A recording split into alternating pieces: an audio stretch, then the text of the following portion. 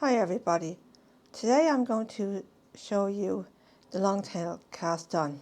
This is my favourite cast on and I use it most of the time. It's quite an elastic cast on and it gives an attractive edge to the work. Also, the long tail cast on acts as the first wrong side row of the work. So if I was, for example, if I'm knitting in stocking stitch, it will show the purl side of the work. So the first thing we need to do is we need to decide how long to make the tail, the long tail. So there's a few ways of doing this, but I'm going to cast on 20 stitches. So I need to know how much yarn will be enough to cast on 20 stitches. So one way I do this is I just take my yarn, the yarn I'm going to use, and a needle, like so. So I'm using a chunky yarn and 7mm needles. And this works for any yarn and needle combination, any yarn and needle size.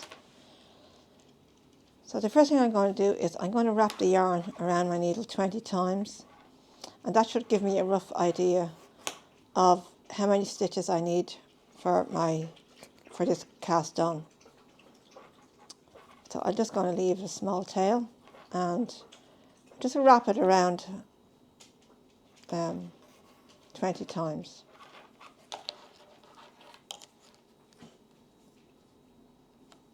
Like 1, 2, 3, 4, 5, 6, 7, 8, 9, 10. So I have 10. I'm just going to move this down a bit. 10, so 11, 12, 13, 14, 15, 16, 17, 18, 19 and 20. So now I have wrapped the yarn around this needle 20 times. So this is going to give me a rough idea of the length I need the tail to be. And I'm just going to add a little extra just in case. So now I can see I have quite a long tail here, just the name. Okay, so now we can start our cast on. So I have my slip knot and I have my working yarn and my long tail cast on. So I'm going to create a slingshot. So I'm just going to bring my index finger and my thumb in between the two yarns, like so. And I'm going to grab my needle. I'm going to bring the needle around to the front of my thumb and grab this loop like so. And then I go back to the yarn on the index finger and grab the loop like so. And bring this loop around, catch it, and then pull on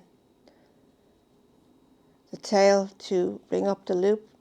So that's the first stitch of my long tail cast on.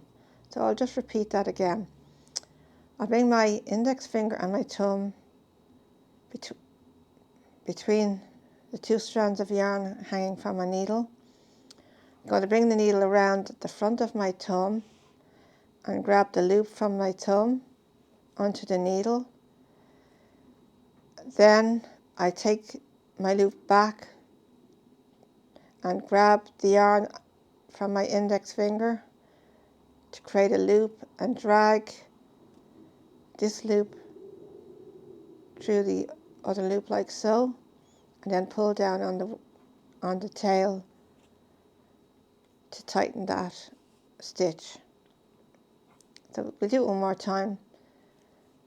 So we're going to bring our index finger and thumb between these two strands of yarn, the working yarn and the long tail cast on. I'm going to bring the needle in front of my thumb and grab this loop here. So that's half of a stitch. And while my thumb and needle are in this position, I bring the needle back and grab this loop like so, and bring it in through this loop like so, and then pull down on the working yarn to tighten that stitch. So now I have 4 stitches. So again, I'm going to bring the needle in front of my thumb and grab this loop, bring the needle back and grab this yarn here and bring this under through this loop. So I've literally 2 loops. I've 1 loop on the needle and 1 loop still on my thumb, and then I can release, and I just drag the long tail cast on down to tighten that stitch. So again, create a slingshot, bring the needle around the front of my thumb, grab this loop, I'll leave this loop on the needle like so, go towards my index finger, pushing the needle back, grab this loop, and I'm going to bring this loop on the needle through this loop on my thumb like so, and then pull down on the working yarn to tighten that. So I'm going to carry on creating 20 stitches. So one more time, I have my slingshot here.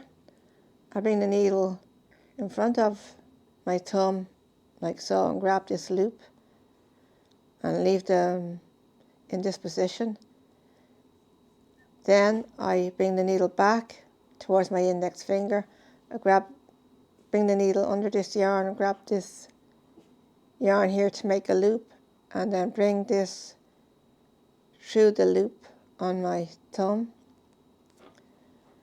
and then I can pull down on the long tail to tighten that stitch.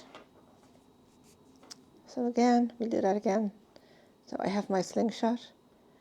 So I'm going to bring the needle to catch the loop here on my thumb, and then bring the needle back under this yarn, create a loop, and bring this loop on the needle through the loop on my thumb and pull down on the long tail.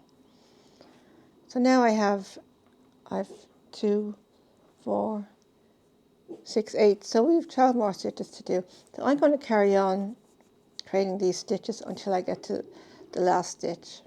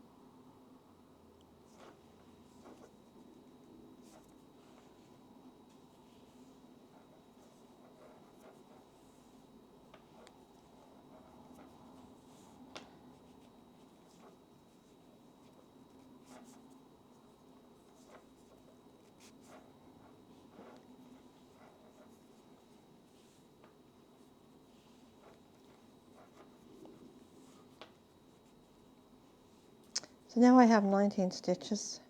So I'm going to I'll go over one more just to show you again. So I'm going to create my slingshot, bring the needle to the front of my thumb and grab this loop, bring the needle back towards my index finger and grab this yarn and create a loop, bringing it through the loop on my thumb and pull down on the long tail to tighten that loop. So there you can see the long tail cast on, and it produces the first row of knitting on the wrong side or on the purl side. So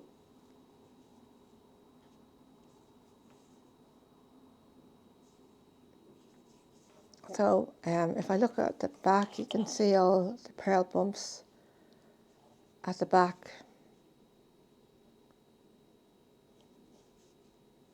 So I have my first row. So if I want to carry on, I can carry on knitting a purl row from here. If I'm doing stocking stitch, I would knit a purl row. So this is my favorite cast on. It's very versatile and it's quite elastic. So it's a good cast on for garments and hats and baby clothes. So I hope you enjoyed this video and thank you for watching. Bye.